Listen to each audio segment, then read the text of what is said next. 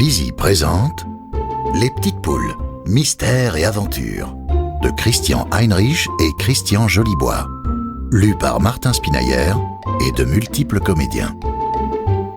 La petite poule qui voulait voir la mer. À Claire, ma toute première lectrice. Ton père, Christian Jolibois. À Antoine et Alexandre, Christian Heinrich.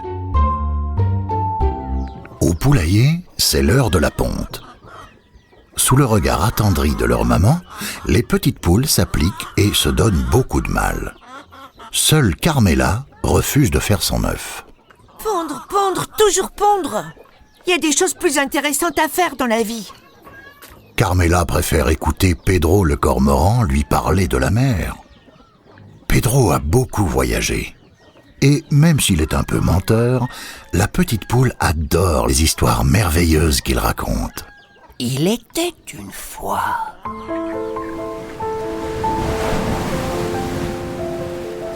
Un jour, moi aussi j'irai voir la mer. Un soir, au moment de regagner le poulailler pour aller dormir, Carmela se révolte. Je refuse d'aller me coucher comme les poules. Moi, je veux aller voir la mer. Aller voir la mer ? Et pourquoi pas voyager pendant que t'y es ? Le père de Carmela n'a jamais entendu quelque chose d'aussi stupide.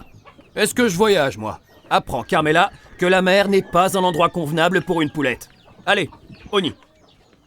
Cette nuit-là, Carmela ne parvient pas à trouver le sommeil. Soudain, n'y tenant plus, elle se lève. C'est décidé, je pars voir la mer.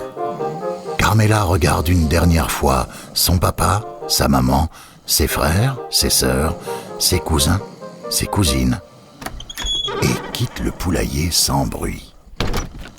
Courageusement, Carmela s'enfonce dans la nuit. Elle marche longtemps, si longtemps que bientôt, elle ne sent plus ses pauvres petites pattes. Mais au matin, ses efforts sont récompensés. Arrivée au sommet d'une dune, elle aperçoit enfin la mer. La mer. Carmela est éblouie par le spectacle merveilleux qui s'offre à ses yeux. Comme c'est beau.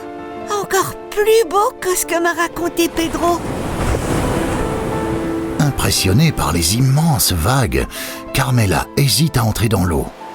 Elle commence par faire des châteaux de sable, ramasse des coquillages, déguste des crevettes. Puis, elle se jette à la mer. Elle boit la tasse, glup, glup, tousse, crache, fait la planche, nage, plonge, glisse et fait même pipi dans l'eau. Et elle rit.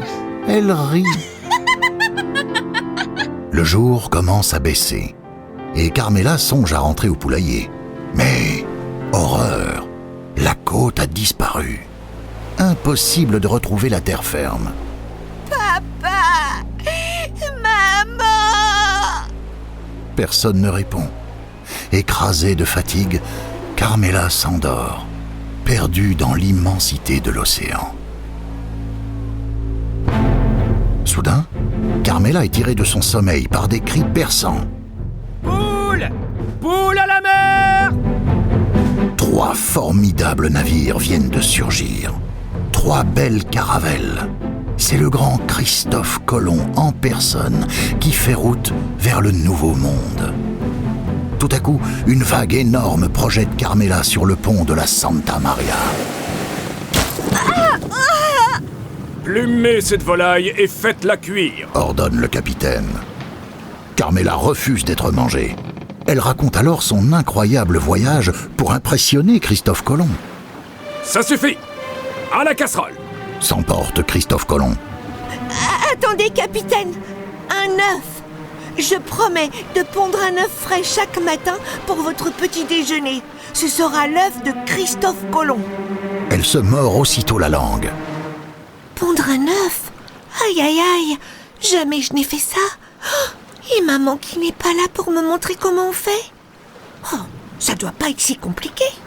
Et elle se met à l'ouvrage.